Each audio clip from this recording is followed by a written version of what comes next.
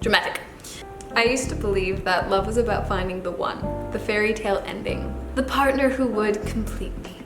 I traveled across the world for love, I got married, I got divorced, and then, through deep reprogramming, I realized I had no idea what I actually wanted. Because how do you really know what's right for you if your entire concept of love has been shaped by conditioning? That's why I created Gardenia, to guide you back to your own truth in love, no matter what that looks like. For most of my life, I thought I knew what love was. I followed the script. You meet someone, you fall in love, you build a life together, and that's it. That's the goal. That's the dream. So I did what many of us do. I chased love, I worked for love, I traveled across the world for it, believing that if I just showed up fully, if I just loved enough, it would all work out. I got married, thinking I found it. But the deeper I got into that relationship, the more I realized something wasn't aligning. Not because anything was wrong with my partner. It wasn't the healthiest relationship, it wasn't the healthiest dynamic. However, we cannot make other people wrong for who they are. It's about what we choose. And I was choosing to live in a structure that did not reflect me. And that's what so many of us do. We try to fit ourselves into a version of love that we were taught instead of asking ourselves, is this actually the right fit for me? And for me, that meant facing one of the most painful yet liberating experiences of my life: divorce. Walking away wasn't just about ending the relationship. It was about ending a version of myself that was performing love instead of embodying it.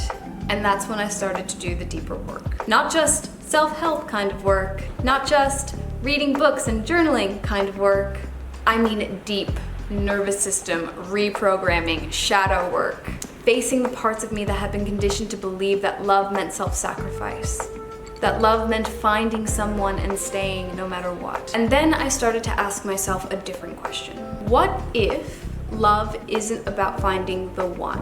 What if love is a frequency? What if love isn't here to complete us, but to bring us back to ourselves? Now, this is a personal truth for me. Through this process, I realized my deepest truth wasn't monogamy. It wasn't one person forever. It wasn't what I had been taught to believe was right or normal. For me, I desire a different kind of relating.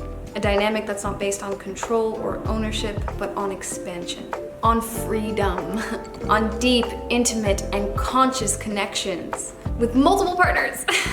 And each of those partners get to reflect a different aspect of me.